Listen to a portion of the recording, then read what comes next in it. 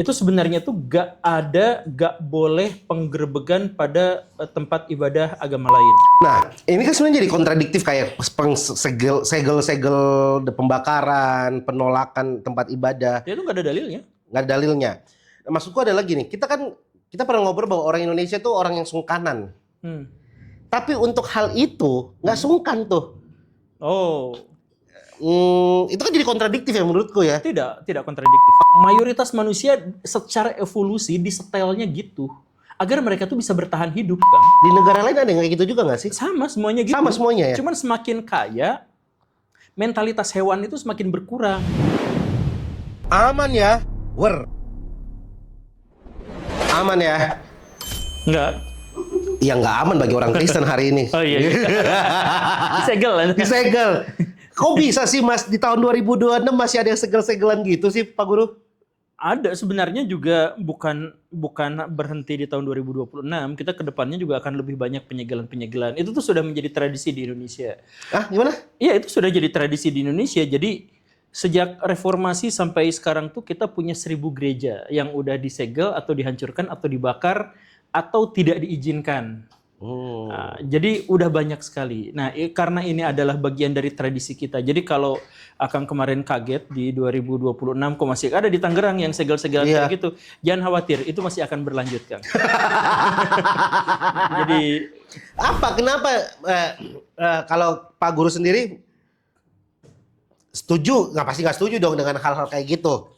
Dan kenapa masih ada terjadi? Oke, gitu? jadi saya ceritain begini, Kang. Ya. Sebenarnya dalam tradisi Islam asli ya, dalam tradisi Islam itu sebenarnya tuh gak boleh penggerebegan pada tempat ibadah agama lain. Oke. Bahkan itu tuh sudah ada peraturannya eksplisit di dalam Al-Quran, di dalam Sunnah itu sudah ada. Oke.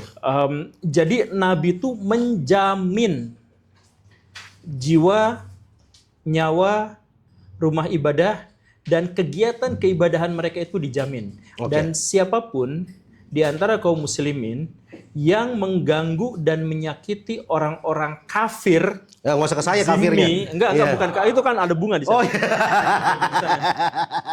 Nah, jadi sebenarnya Nabi itu bilang siapapun yang ngeganggu orang-orang kafir zimmi itu artinya adalah orang yang bukan Islam tapi dia hidup damai berdampingan sama kita. Nah, kata Nabi itu saya yang akan nuntut dia di akhirat nanti. Oke. Itu tuh udah pasti. Jadi sebenarnya dalam ajaran agama Islam itu udah pasti. Yes. Udah jelas. Oke. Nah, cuman yang jadi masalah itu seperti yang saya ulang-ulang, agama di Indonesia secara khusus itu tuh bukan cara hidup kita untuk dekat kepada Tuhan, bukan cara hidup kita agar kita menjadi lebih baik, tetapi adalah identitas komunal yang kita bangga-banggakan di hadapan dengan identitas komunal yang lain. Jadi ada persaingan banyak-banyakan umat, bagus-bagusan umat, keren-kerenan umat, dan lain sebagainya. Nah, jadi sekarang agama itu bukan gimana caranya sih supaya saya hidupnya jadi orang yang baik, bukan. Bukan gimana sih caranya agar saya tuh bisa memperlakukan orang dengan kebermanfaatan, bukan. Tapi gimana caranya agar saya muslim, alhamdulillah saya bangga terlahir sebagai seorang muslim. Nah, agar seperti itu. Nah, jadi kubu-kubuan bentuknya. Jadi ini adalah bagian dari herd mentality, mentalitas kawanan, mentalitas hewan kelompok. Nah, agama itu menjadi seperti itu. Akhirnya sekarang kita tuh bukan berlomba untuk jadi baik dalam beragama tuh, tapi bagaimana caranya agar agama kita tuh terlihat lebih eksis. Nah, itu di Indonesia tuh wacananya seperti itu. Makanya kalau disebut Indonesia kan katanya religius, tapi kok korupsinya banyak? Ya karena sebenarnya nggak religius. Kita tuh cuman ngaku-ngaku religius. Pas ditanya, apa kepedulian kamu yang paling tinggi? Oh, kepada Tuhan, kepada agama, gitu. Padahal kalau mereka sholat juga sebenarnya mereka nggak ngerti bacaannya gitu. Kalau misalkan mereka baca Quran juga mereka nggak tersentuh sama sekali gitu. Jadi mereka hanya untuk menunjukkan dan menegaskan bahwa mereka itu ada dalam satu komunitas besar. Begitu. Nah, sekarang aturannya adalah karena Islam dianggap sebagai komunitas besar, Kristen dianggap sebagai komunitas besar dan sebagainya, maka mereka itu mulai bersaing satu sama lain. Oke. Tahun 70-an dan tahun 80-an, kemudian tahun 90-an, itu ada upaya dari sekelompok kalangan evangelis untuk menyebarkan Kristen di Indonesia.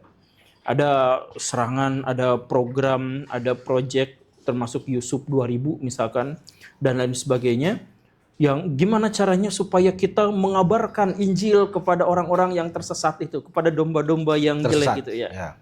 ya dan sebagainya gitu. Jadi memang ada upaya untuk itu. Nah, terendus sama orang-orang Islam. Oke. Ketika terendus, kemudian sebenarnya masalahnya itu udah selesai, udah clear. Oke, lu gak boleh nyebarin ajaran agama ke tempat saya juga gak boleh ngajarin ke tempat Anda. Itu. Ya. Sebenarnya itu udah clear. Ya, Nah, dari situ. masalahnya adalah kalau kita hidup fakir miskin, kita hidup lemah, kita hidup nggak bisa apa-apa, maka kita tuh butuh kambing hitam, bukan kambing tersesat, kambing hitam. Kambing hitam. Ya, Ya. baju saya hitam ya. Aman. Nah, jadi kita tuh butuh kambing hitam sama seperti misal ya di zaman dulu Pak Karno ketika Indonesia itu habis-habisan dengan inflasi dan resesi, kemudian beliau mengatakan nekolim. Keluar kan ada konspirasi. Ketika ada seorang presiden yang Indonesia itu terdesak, antek-antek asing, nah asing gitu. Ya. Ketika Amerika Serikat lagi terpojok, teroris Islam, nah gitu. Jadi sebuah negara, sebuah entitas, sebuah kelompok itu akan mencari kambing hitam untuk meredakan ketegangan dalam dirinya, agar dirinya tidak merasa bersalah kalau dirinya itu kalah. Sebuah tim kalau kalah dia pasti akan nyalahin, oh dah itu wasitnya berpihak sama kelompok sana gitu kan. Ya, nah ya. Sekarang kaum muslimin sekarang peradabannya turun, pendidikannya turun, ekonominya turun dan sebagainya, maka mereka adalah kelompok yang paling mudah dan paling gampang untuk mencari kambing hitam. Nah, kita tukeran aja Kang kali ya. Iya. Hitamnya kesini terus kayak. Ya. Itu motor itu. Nah, jadi dalam hal ini misalkan ya, sebenarnya Kristenisasi itu udah selesai. Oke. Sejak tahun ya kalaupun ada itu ada sekelompok kalangan misalkan yang ketok-ketok itu yang dari kalangan ada lah ya. Ada kita tahu kok di Kristen emang ada kayak gitu. Iya ada yang seperti itu. Itu juga Kristen ada. nggak asik itu. Nah, cuman nggak sistematis yang kayak dulu itu. Nah, sebenarnya udah bisa di counter gitu. Kayak misalkan ada wilayah-wilayah di Ciwidey dulu ada Palalangon gitu. Kampung Kristenisasi misionaris itu ada. Sekarang udah Islam semua gitu ya. Kemudian ada juga misal di Cianjur itu apa namanya ya, itu udah diislamkan dan lain sebagainya udah selesai gitu. Nah, cuman kita tuh sekarang butuh pihak yang bisa kita salahkan. Nah, makanya muncullah ini gereja bikin kegiatan di sini pasti melakukan kristenisasi yang ingin menghancurkan umat Islam. Nah, seperti itu. Itu muncul. Nah, munculnya itu bersamaan dengan era reformasi. Karena era reformasi itu kan kita tuh euforia terhadap kebebasan. Nah, karena euforia terhadap kebebasan, maka diantaranya kelompok-kelompok yang paling radikal sekalipun itu keluar semua, Kang. Dari yang paling kiri sampai yang paling kanan, sampai ekstrem kiri sampai ekstrem kanan, itu semuanya itu keluar. Nah, Akang ingat nggak? Akang kelahiran tahun berapa? Saya 93. 93, tua ya. Nah, jadi wah. Gimana dengan Akang? Kalau saya bermutu kan. Alasannya bermutu. Bermuka tua. Kayak ngobrol sama bapak gua. Kang. Nah, jadi pas ingat nggak waktu reformasi dimulai, berarti Akang tuh masih ngalamin lah ya? Ngalamin. Tahu ya. Dulu sebelum reformasi, ulama ustadz dai di Indonesia yang levelnya nasional, gak ada satupun yang ngomongnya berani kasar, Kang. Oke. Tapi pasca reformasi, ustadz yang levelnya nasional itu ngomongnya bisa goblok, lonte. Ya. Ya kayak gitu. Ya. Nah, ada perubahan radikal di kelompok-kelompok Islam yang akhirnya menjelma ya seiring mengikuti reformasi, menunggangi kebebasan. Jadi akhirnya pun mereka merasa bahwa diri mereka itu harus bebas karena sebelumnya tercengkram oleh kekuatan Orde Baru. Ya, akhirnya berubah membludak dan itu terjadi dari 98 sampai tahun sekarang. Makanya saya sebut pembakaran gereja, perusakan gereja, penyegelan gereja adalah 1000 kasus sampai sejauh ini ya, lebih dari 1000 kasus. Jadi udah jadi tradisi, Kang. Udah menjadi tradisi. Udah jadi tradisi. Nah, kan tadi menarik tuh Akang bilang bahwa di Indonesia itu makna dari beragama itu kan bergeser kan ya. Iya. Penyebabnya apa? Contoh deh, kalau di Kristen ada yang merasa ada oknum-oknum yang lebih Kristen daripada misalnya di Vatikan sendiri misalnya. Iya. Kalau di Islam kadang-kadang ada perdebatan di teman-teman yang Muslim juga bahwa kita ini lebih Muslim daripada Arabnya sendiri gitu loh. Di Arab sudah lebih progresif hari ini, ya kan? Sedangkan di Indonesia tuh kita yang lebih Arab daripada Arabnya lah. Oke. Kenapa itu bisa wes biasa? Apa? Kok bisa bergeser? Itu pas masuk di Indonesia tuh kok Nggak, bisa? ini paradigma yang keliru sih menurut Oke, saya. oke. Jadi gini, agama itu universal, Kang. Betul. Jadi sangat mungkin sebenarnya dan nggak jadi masalah kalau Islam Indonesia lebih Islami daripada Arab. Nggak masalah Karena sebenarnya. suku dengan agama itu beda cerita. Ya, Indonesia tuh bisa lebih Islami daripada Arab dalam beberapa hal. ya. Dalam kemampuan kita bersyukur, kita jauh lebih baik daripada Arab. Maksudnya? Jadi misal gini, orang Indonesia tuh Kang,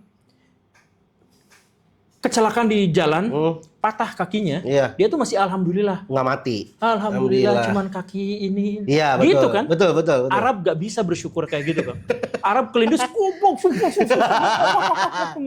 marah-marah luar biasa. Iya. Jadi kalau Indonesia itu bersyukur. Jadi kakinya dua-duanya alhamdulillah masih. Itu kemarin teman saya langsung. Nah, itu tuh lebih Islami daripada Arab. Kita juga lebih Islami daripada Arab dalam hal bangun subuh. Mereka tuh bangun jam 10 pagi kan. Oke. Kita sholat subuh berjamaah di Indonesia tuh. Jadi kita tuh lebih Islami sebenarnya dalam banyak hal. Ya. Ya. Nah, tapi bukan berarti kita tuh langsung dikaitkan kita tuh sok-sok Islami lebih daripada Arab. Kita tuh banyak yang lebih Arab daripada Arab. Ya. Nah, ini tuh sering disalahpahami. Misalkan gini nih. Contoh. Dalam tradisi Islam, nama masjid tuh sebaiknya nggak usah berbahasa Arab. Sebaiknya nama yang baik yang sesuai dengan tradisi dan sejarah wilayah itu. Jadi kalau misalkan di Indonesia dikasih nama Masjid Kebahagiaan, itu tuh bagus. Dikasih nama Masjid Sudirman, itu tuh bagus. Dikasih nama Masjid Susilo Bambang Yudhoyono, itu tuh bagus. Oke. Nah, di Indonesia... Oh, Anda pro SBY doang? Enggak. Oh, iya. Ya udah, Masjid Joko Widodo. Biar aman. Biar aman. Daripada di framing Anda kan. Nah, tapi di Indonesia Masjid Nurul Amanah, Nurul Hidayah. Di Arab juga nggak ada Masjid Nurul Hidayah. Ya, Nah, itu yang lebih karena bahasa Arab di sana. ya, Indonesia lebih Arab daripada Arab tuh kayak gitu. Oke. Nah, jadi emang masalahnya tuh di situ. Terus yang Kristen juga sebenarnya Kristen itu selama dia memegang hukum kasih, Cah. semoga selama mereka itu berusaha berkontribusi buat masyarakat tanpa mereka melakukan kerusakan dan kekerasan, oke, itu tuh Kristen. Iya. Gak usah kemana-mana bawa simbol-simbol Alkitab kemana-mana. Di situ. Atau itu tuh antingnya Kristen gitu kan, diselip-selip. Gak perlu kayak gitu juga. Oh, Kevin tuh ya. Gak itu tuh di belakang. Jadi kita tuh fokusnya pada simbol. Kita tuh fokusnya pada simbol-simbol keagamaan itu. Karena apa? Ya karena nalar kita tuh rendah. Kalau misalkan nalar kita tinggi, kita tuh nggak butuh simbol kan. Ngerti nggak maksudnya? Ngerti. Jadi gini, yang ada tulisan jangan buang sampah sembarangan di situ tuh hanya untuk orang yang bernalar rendah. Di Eropa tuh nggak ada tulisan buang sampah, jangan buang sampah di sini karena semua orang udah tahu, udah ada, nggak perlu ada simbol-simbol bahwa di sini tuh nggak usah buang sampah di sini gitu. Mereka tuh udah tahu. Nah, orang-orang bernalar rendah tuh butuh simbol itu. Oh, karena dia gagal untuk mengabstraksikan. Orang yang gagal mengabstraksikan, dia ketergantungan sama hal-hal yang simbolik gitu. Hal-hal yang jelas terpampang nyata gitu. Nah, jadi bagaimana berislam itu masalah batin. Itu masalah sepenuhnya adalah masalah batin. Saya tidak akan berkata kasar, saya tidak akan merusak hubungan orang lain, saya tidak akan memberikan kejelekan buat orang lain. Itu tuh beragama. Simbolnya apa? Itu bukan simbol, itu perbuatan secara keseluruhan. Nah, tapi orang-orang yang nalarnya rendah itu harus pakai sorban. Harus pakai, nah kayak gitu. Harus pakai papan salib, kaos jelek gitu, tapi dibalikin dikasih kawat-kawat. Wow. Kebalik gitu ya. Iya, kebalik gitu. Nah, jadi maksud saya adalah ya selama masyarakat kita adalah masyarakat yang belum teredukasi dengan baik, maka cara beragama kita akan beragama dengan cara yang seperti itu, penuh simbol-simbol. Gitu. Nah, itu bentuk sebuah kekurangan, kesalahan kah atau gimana Pak Guru melihatnya? Ya, itu adalah bagian yang harus kita perbaiki. Oke. Cuman segala kesalahan kalau sudah ditautkan dengan agama itu biasanya jadi benar. Nah, itu masalahnya. Jadi segala sesuatu yang ditautkan dengan agama itu pasti jadi benar ya. iya. Ya itu, nggak tahu, saya heran itu orang-orang Batak kenapa tiba-tiba pro terhadap Israel. Oh, gara-gara sama ininya gitu. Jadi maksud saya tuh, ya kalau misalkan Israel melakukan kesalahan ya sebut salah. Kalau misalkan Iran melakukan kesalahan ya sebut saja salah. Tapi sekarang kalau kita pro terhadap Iran, oh Anda buzzer Iran, anti Israel, kita tuduh Israel, kita membela Israel, oh kita, padahal bisa nggak sih kita cuma sesederhana melihat di sana ada pembantaian, di sana ada anak-anak dan orang-orang tidak berdosa. Kemanusiaannya ya, kemanusiaannya ya. Ya itu kan esensi dari agama itu kan. Iya, Iya. betul. Nah, tapi kita nggak berpikir soal esensi, kita berpikirnya soal simbol-simbol. Kita berpikirnya pada sesuatu yang bisa dilihat. Nah, jadi selama kita hidup di masyarakat yang lebih yang IQ-nya tidak terlalu tinggi ya, secara kumulatif, selama itu pula lah kita akan bertemu dengan masyarakat-masyarakat yang sangat-sangat doyan menampilkan simbol-simbol keagamaan, tetapi mereka sendiri sebenarnya jauh dari nilai-nilai keagamaan. Nah, ini kan sebenarnya jadi kontradiktif kayak segel-segel pembakaran, penolakan tempat ibadah. Ya itu nggak ada dalilnya. Nggak ada dalilnya. Nah, maksudku adalah gini, kita pernah ngobrol bahwa orang Indonesia tuh orang yang sungkanan. Tapi untuk hal itu nggak sungkan tuh. Oh, Itu kan jadi kontradiktif ya menurutku ya. tidak kontradiktif. Oh, oke. Gimana? Latar dari sungkanan itu apa coba? Upaya mempertahankan diri. Oke. Jadi gini, Kang. Kenapa masyarakat kita tuh sungkanan? Ya. Karena kita itu adalah masyarakat yang sumber dayanya berkecukupan. Oke. Karena sumber daya berkecukupan, maka kita tuh tidak memiliki keinginan dan dorongan serta motivasi untuk melakukan persaingan. Oke. Jadi, lu pindah ke sana, di sana tetap bisa makan. Lu Oke. pindah ke sana tetap bisa makan. Karena Indonesia itu sumber dayanya banyak. Oke. Karena itu, maka masyarakat Indonesia itu untuk bertahan hidup, mereka harus sungkanan. Karena tidak ada dorongan bersaing di antara mereka. Oke. Kalau di negara Arab, Ya. untuk hidup, mereka tuh nggak boleh sungkan. Harus hajar aja lawan gitu. Perang gitu. Oke. Karena untuk bisa mendapatkan sumber daya yang sedikit, mereka harus bersaing. Di Indonesia di mana-mana ada. Karena di mana-mana ada, ngapain berkonflik? Mendingan kita damai. Nah, kalau misalkan kita tidak sungkanan, lu jelek, misalkan kayak gitu, nggak sungkanan kayak gitu, Ya. kan bisa memicu konflik. Ya. Nah, akhirnya bisa mengurangi kesempatan untuk bertahan hidup. Ya. Karena tujuan sungkan adalah untuk bertahan hidup, maka kita harus sungkan. Sungkan. Nah, gitu kan? ya, oke. Nah, oke, itu satu. Sekarang, kalau kita menyegel tempat ibadah agama yang lain, itu kan ini. Nah, kalau misalkan mereka hidup dalam masyarakat kawanan, mentalitas kawanan, maka mereka itu hanya akan sungkan pada kelompoknya saja untuk bisa bertahan hidup. Oke. Makanya ketika ada penyegelan gereja kemarin itu, jelas, pasti gitu kan, MUI diam, Betul. Ustadz diam, Ya. Ustadz yang biasa ngomong, ayo kita kemanusiaan dan sebagainya, itu diam. Di waktu yang bersamaan ada Ustadz yang ngomong, itu Masjid Al-Aqsa di Palestina itu disegel sama Israel, ayo kita demo. Di saat yang sama, mereka menyegel gereja Kristen tapi diam. Oke. Kenapa? Karena kesungkanan itu hanya untuk kelompok dalamnya saja. Oke. Itu mentalitas kawanan itu seperti itu. Mentalitas kawanan itu terbentuk dari apa? Terbentuk dari perasaan bahwa mereka kalau keluar dari kawanan mereka akan diburu. Jadi mereka tuh kambing-kambing di tengah-tengah gerombolan serigala. Mereka harus terkoneksi satu sama lain biar kalau serigala nyerang dikasih tahu, "Oi, sebelah sana." Lu harus nyumput ke tengah, semuanya berusaha untuk ke tengah di mentalitas kawanan itu. Biar orang-orang pinggiran saja yang kena gitu kan. Nah, itu mentalitas kawanan itu seperti itu. Ada bukunya Kang, herd apa itu? Apa? Herd mentality ya. Herd mentality. Herd Oke, mentality, oke, herd oke. psikologi. Menarik itu. Nah, tadi kan aku coba sambungin lagi. Berarti kan kalau tadi aku bilang sungkanan tapi ternyata menyegel, mungkin pertanyaan dasarnya adalah basicnya kita sebagai masyarakat Indonesia ini adalah masyarakat yang toleransi atau enggak sih sebenarnya? Atau gimana sebenarnya pandangannya? Karena, mungkin pertanyaan lanjutnya adalah berarti bisa nggak kita menjadi negara yang pure toleransinya 100%? Ini muternya bisa ya? Bisa Kang, bisa. Bisa. Ada Ada gitar. kepentok, gitar. Jadi gini Kang, sebenarnya masyarakat kita itu adalah masyarakat yang sangat-sangat toleran. Nah, itu dia aku. Sangat-sangat toleransi. Hitungannya ya, kita tuh salah satu negara berkembang paling toleran di dunia. Kalau mau hitungan skalanya. Oke, skalanya oke. Kenapa coba? Ya. Karena tidak ada masyarakat semultikultural ini yang bisa bertahan dalam persatuan Iya dan sih. tetap, iya kan? Iya sih, kalau Betul, itu iya sih, betul. betul itu aku setuju sih. Bahkan yang agamanya beda pun akan kita bela abis-abisan kalau tidak ada herd mentality tadi. Mentality-nya, iya. Misal kemarin ada kasus Pak Sitepu, Iya, Kristen. paham, Sal. Iya, Kristen. Itu yang Muslim tuh demo, bikin konten, itu jaksa Iya, dijelekin, iya, dihujat, iya. dicaci maki untuk memberikan kebebasan pada Pak Amsal Sitepu. Iya. Udah namanya Amsal itu dari Alkitab. Iya. Sitepu lagi, aduh ini Sitepu ini pasti Batak ini.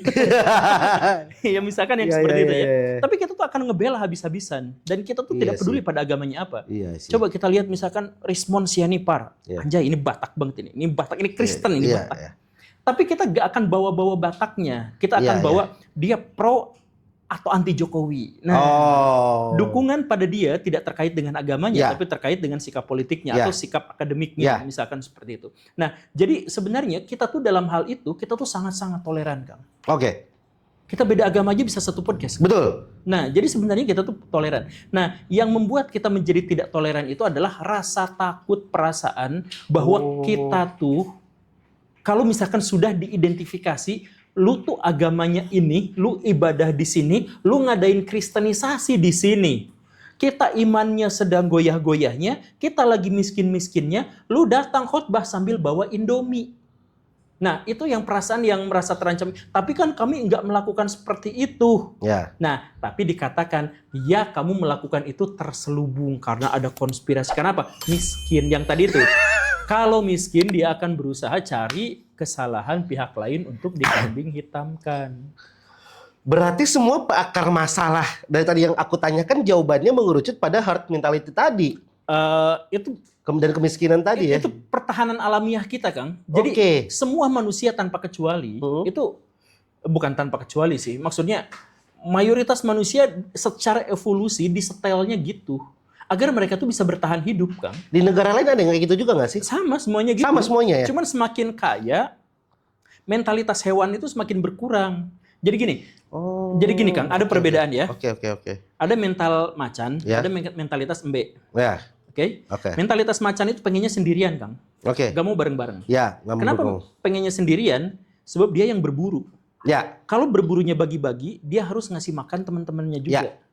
Makanya dia pengennya sendirian. oke. Macan. Kalau kambing, dia pengennya kelompok banyakan dalam skala yang besar. Karena semakin banyak, semakin kecil potensi dia yang kena dimangsa. Betul kan? Betul. Nah, sekarang orang-orang yang sudah kaya raya luar biasa, itu mentalnya mental macan, Kang. Sendiri. Dia sikut sana, sikut sini sendirian. Gue pengen jadi penguasa satu-satunya. Ya kan? Karena dia ada di atas. Yang di bawah desak-desakan berupaya menyelamatkan diri. Jadi mentalitas kawanan itu hanya untuk fakir miskin yang tidak terdidik. Berarti bener dong kalau dulu beberapa temenku baik mau di Muslim maupun di Kristen suka bilang kalau udah kaya toleransi itu pasti apa ya? Mungkin bahasa mereka adalah ketika sudah mapan, berkecukupan, itu hal-hal receh kayak intoleran itu nggak bakal ada. Bukan nggak bakal ada. Mereka Tidak peduli. Mereka intoleran terhadap kalau pajaknya tiba-tiba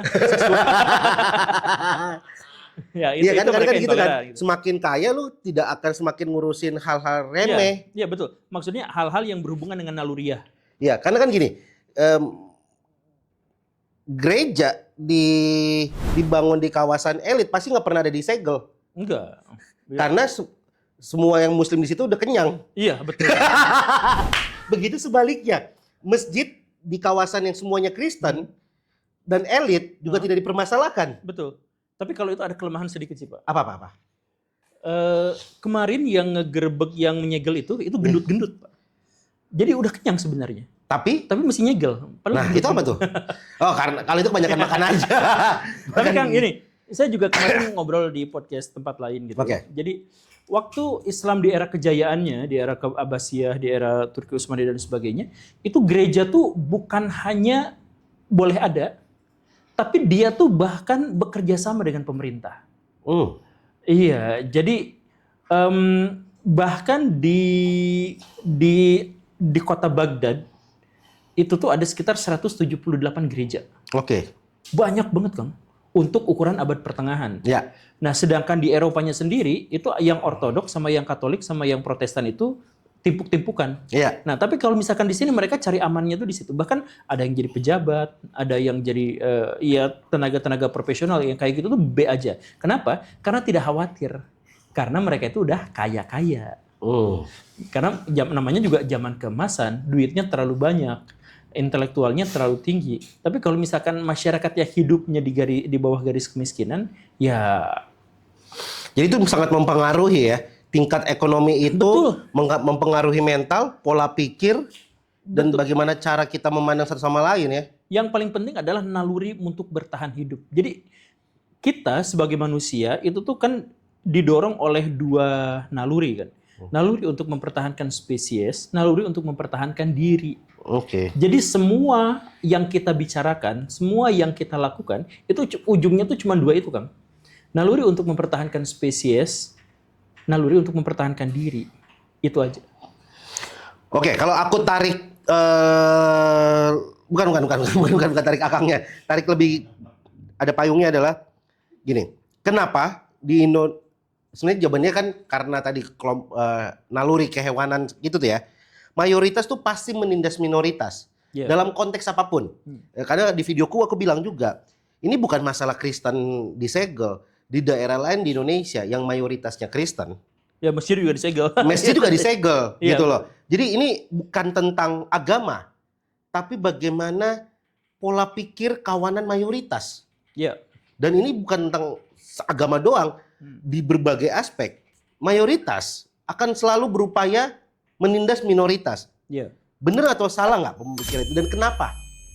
Benernya adalah pihak yang kuat akan menghegemoni dan mendominasi pihak yang lemah. Oke, Itu pasti. itu pasti. Bagaimana wujud dari hegemoni itu bisa mengayomi, bisa mengancam, bisa menyerang. Oke, Itu pilihan. itu pilihan. Itu Oke. pilihan. Tapi pada faktanya adalah siapapun yang lebih kuat, dia pasti akan menghegemoni yang lemah. Itu Oke. pasti kan. Nah, jadi di Indonesia, kalau Indonesia mengaku bahwa masyarakat mayoritasnya Muslim dan kemudian mereka itu merasa menghegemoni, mereka tuh sebenarnya punya pilihan apakah mereka melindungi Kristen-Kristen ini atau mereka mengintimidasi atau mereka bahkan menyerang Kristen-Kristen ini. Itu bebas, tapi yang jelas kelompok yang kuat itu biasanya akan menghegemoni yang lemah. Masalahnya adalah di Indonesia itu ada kebingungan. Yang lebih kuat tuh di Indonesia Islam apa Kristen, Kang? Nah, bingung kan? Itu dia. Kalau lebih banyak tahu. Jadi di Indonesia itu Muslim yang kaya raya itu cuma 15%. Muslim yang kaya. Iya, itu cuma 15%. Oke. Nah, Yang sisanya ya Kristen. Nggak mungkin Kristen. juga dong. Ya sangat mungkin. Orang Cina aja kurang dari 5%, mereka menguasai 60% ekonomi Indonesia. Nah, Cina itu kan kebanyakan Kristen, Kang. Oke. Sebenarnya mereka nggak mau masuk Kristen sih, cuman gara-gara ibadahnya biar nggak terlalu ribet gitu.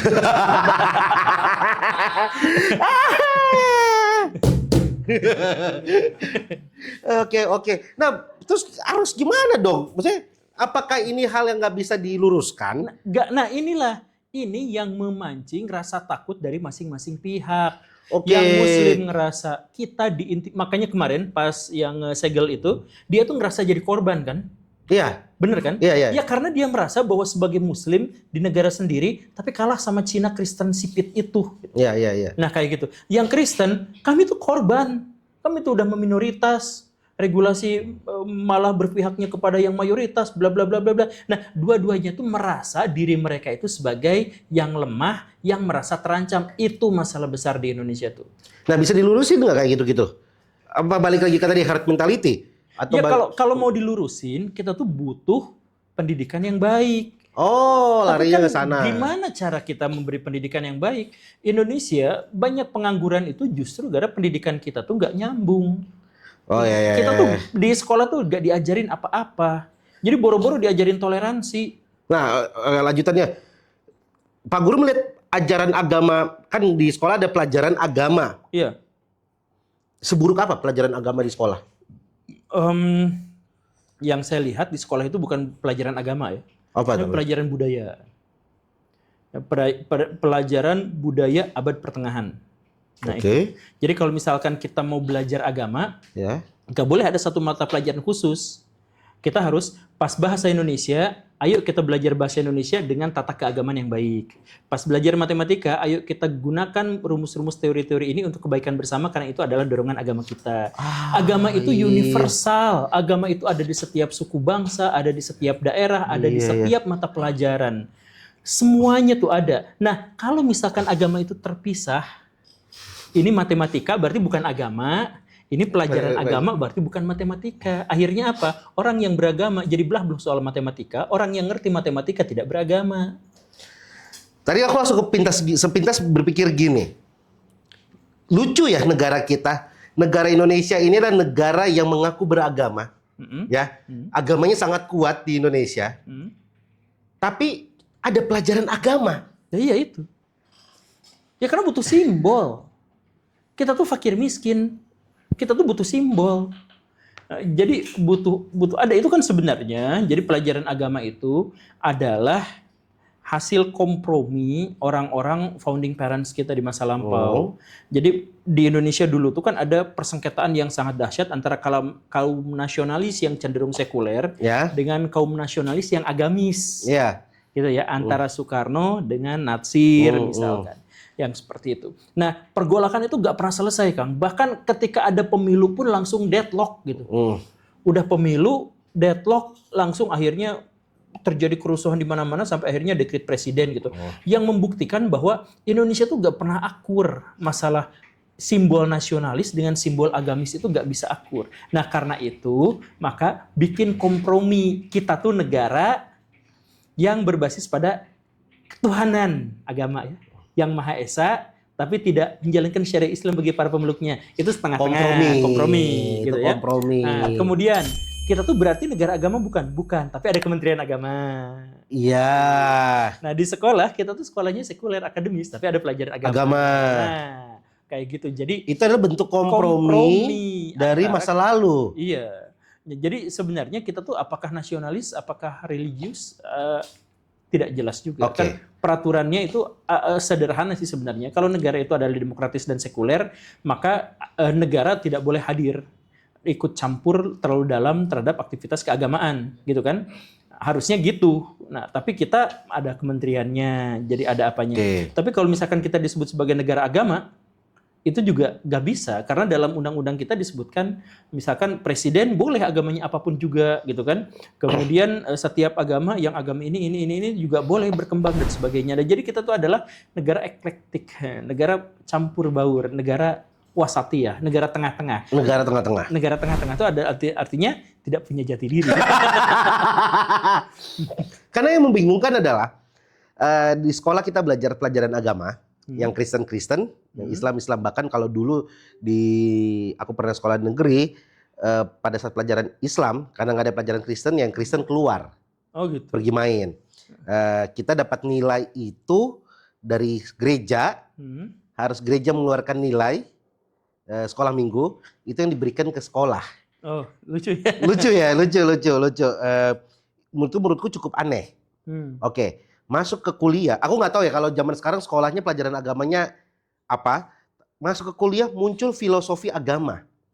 Kita belajar filosofi agama. Yang menjadi pertanyaanku adalah itu juga termasuk bentuk kompromi tuh. Ketika muncul ada, karena aku nggak mendapatkan dasar kenapa harus mempelajari filosofi agama. Iya, sebenarnya istilah filosofi agama juga agak kacau sih sebenarnya. Iya. Di beberapa kampus tuh ada pelajaran itu tuh, filosofi agama. Jadi mungkin bingung di kepala aku ya. Ketika SD, SMP, SMA, yang sekolah negeri pasti ada pelajaran Islamnya. Di sekolah Kristen ada pelajaran Kristennya. Sekolah yang universal, universitas, yang kayak umum, aku nggak tahu pelajaran agamanya apa. Tapi pada saat nyampe di universitas, bingung kan menentukan pelajaran agama apa nih. Kampusnya kampus universal kan. Yaudah kita kasih kurikulumnya adalah filosofi agama. Mempelajari tentang budaya-budaya, filosofi dalam beragama.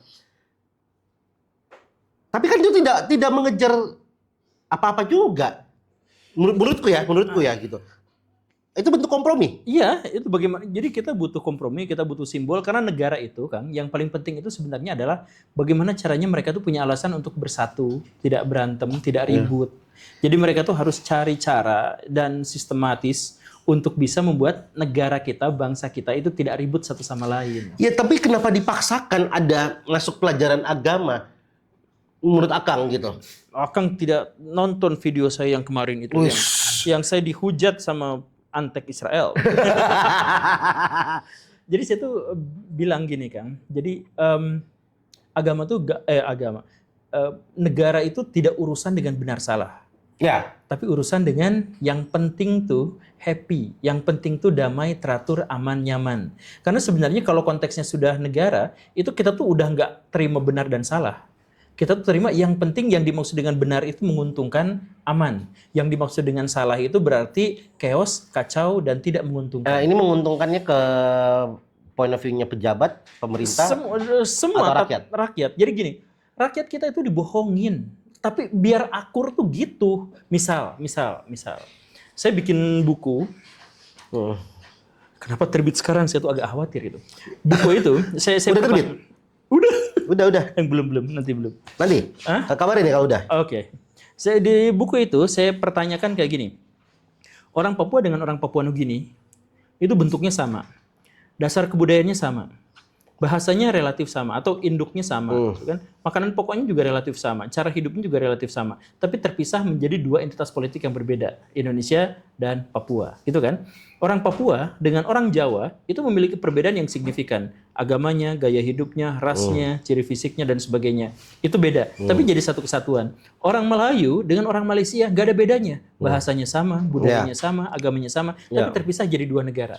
Nah, kalau misalkan kita mau beneran bahwa yang dimaksud dengan negara itu adalah entitas politik yang mewakili sebuah bangsa, kalau misalkan begitu ya, maka pernyataan saya itu akan dianggap sebagai makar, Kang. Yes, makar. Bagus. Bener kan? Bridging buat topik makar kita. Iya, ya. bener. Nah, karena apa?